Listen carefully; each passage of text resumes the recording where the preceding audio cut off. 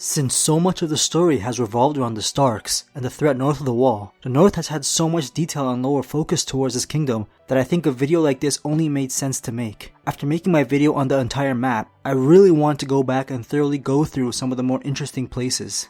Let's start with the borders of the kingdom. To the south is the Neck and the northern border is the Wall. The Neck is such a cool region that I could talk about it in every video I make.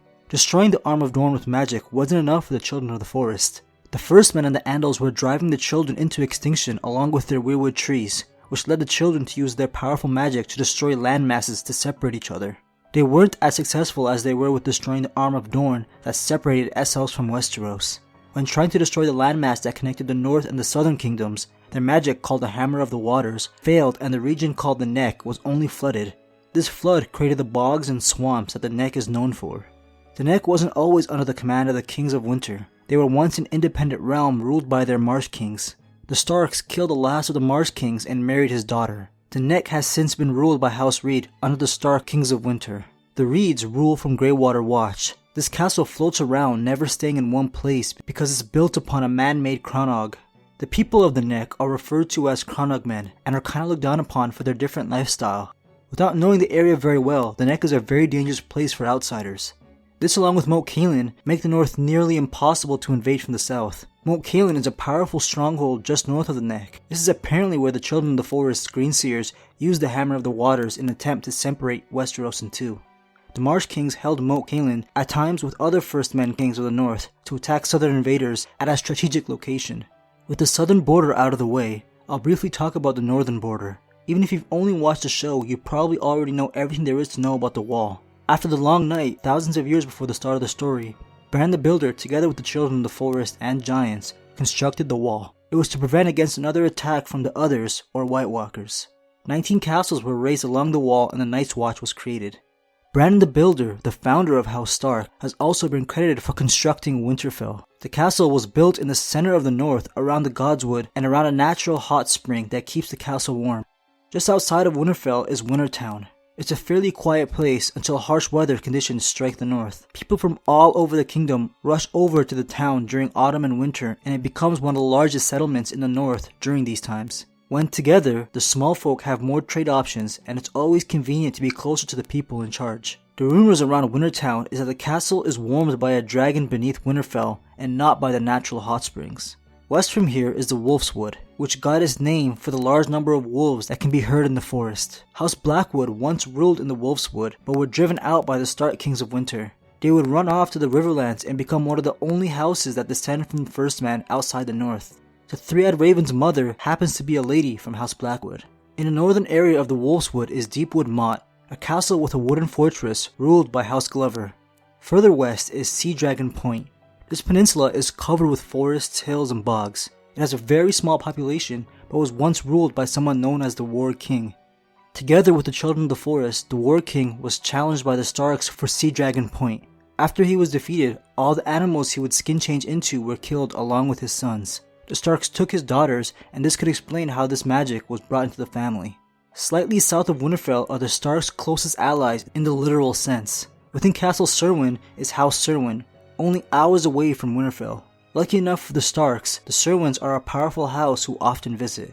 Periodically throughout the video, I'll be adding names of the locations that aren't worth mentioning because of how little lore and significance there is to the story, like Torrens Square. Even further south of Winterfell is the Barrowlands. After making it out of the swamps from the Neck, you come across the plains of the Barrowlands. The Barrows, or hills in this region, are actually ancient graves of the First Men. Apparently, the first king of the First Men, or even possibly a king of the giants, is buried in a place called the Great Barrow, one of the larger hills in the Barrowlands. House Dustin descend from the Barrow Kings and rule from their castle called Barrow Hall. The Corpse Queen, or Night's Queen, that a Lord Commander of the Night's Watch fell in love with is believed to be a daughter of a Barrow King, which makes sense because of their association with graves. East of the Barrowlands is an interesting area.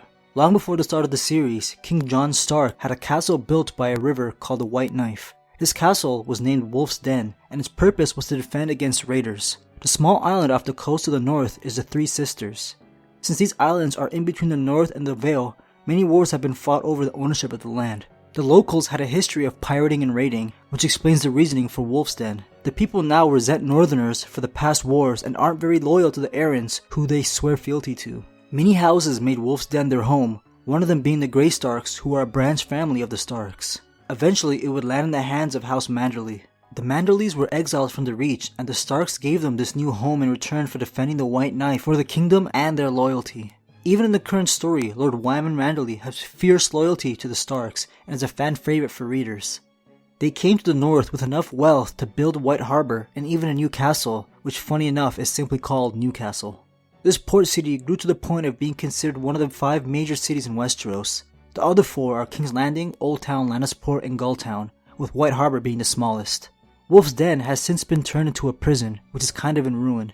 The Manderlys are a powerful enough principal house to the Starks that houses in this area, like House Locke of Oldcastle and Ramsgate, owe allegiance to them and take their lead. Heading north from here past Sheepshead Hills is the Dreadfort, another very interesting location. While in my opinion, all the locations north of Winterfell are pretty fascinating. During the Age of Heroes, the Red Kings of House Bolton were rivals to the Starks. They've engaged in many wars and battles, but eventually the Boltons kneel to the Starks, like every other northern house. This castle doesn't have the best reputation because of the Boltons' tradition of torture and flaying.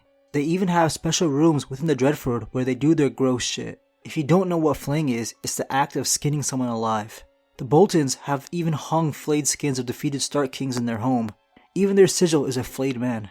Heading north from Winterfell is the Northern Mountains, a vast mountain range inhabited by 40 mountain clans.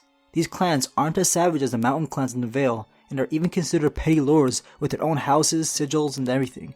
When you hear of Bear Island, you probably instantly think of House Mormont and the family members that are prevalent in the story. But the island was once ruled by House Woodfoot. The North and the Ironborn have historically fought for the island, and the Ironborn have taken it on a couple occasions, wiping out the Woodfoots. In one of the more strange legends of this story, King Roderick Stark supposedly won the island. When Bran is in the crypt of Winterfell in the first book, he says, "There is Roderick Stark, who won Bear Island in a wrestling match and gave it to the Mormonts." It's safe to assume he won the island from an Ironborn of House Horror, but who he wrestled against isn't stated. Bear Island is described as a beautiful remote place in the Bay of Ice, but unfortunately the constant raids from the Ironborn and Wildlings make it a difficult place to live. The raids led even the women to pick up arms to fight back for their home. Mormont Keep is their seat, and it isn't as extravagant as the castles of Westeros. The walls are made of wood, and even the hall is made of logs. Their lack of a lavish lifestyle that you would find on the mainland led to Jorah Mormont going broke to try and please his wife and wealthy family. He began selling slaves for money and was exiled for it. Heading back east is the Last Hearth. It's the home for House Humber and the northernmost castle in the Seven Kingdoms. Their land stretches all the way from south of the Gift to the Lonely Hills. The Gift is a large chunk of land that the Starks gave to the Night's Watch in order to support them. When the good Queen Alysanne Targaryen visited the wall atop her dragon, she doubled the amount of land that the Starks gave them and gave it to the Night's Watch, out of respect and admiration for their work.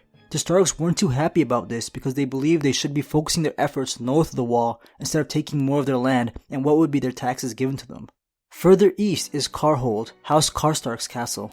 1,000 years before the story begins, a lord rebelled against the Starks. One of the younger sons of a king in the north named Carlin Stark defeated him and was awarded some land by a river. He had Carl's Hold built, and eventually it would just be known as Carhold, and the branch family House Karstark was founded. The Karstarks are a powerful family, but even they have a rough time during the winters.